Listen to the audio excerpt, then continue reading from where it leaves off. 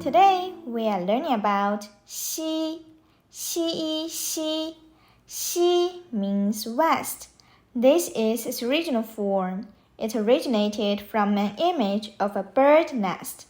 As the sun sets in the west, birds return to their nests. That's why 西 got the meaning of west. Watermelon in Chinese is 西瓜. Now it's your turn to write it.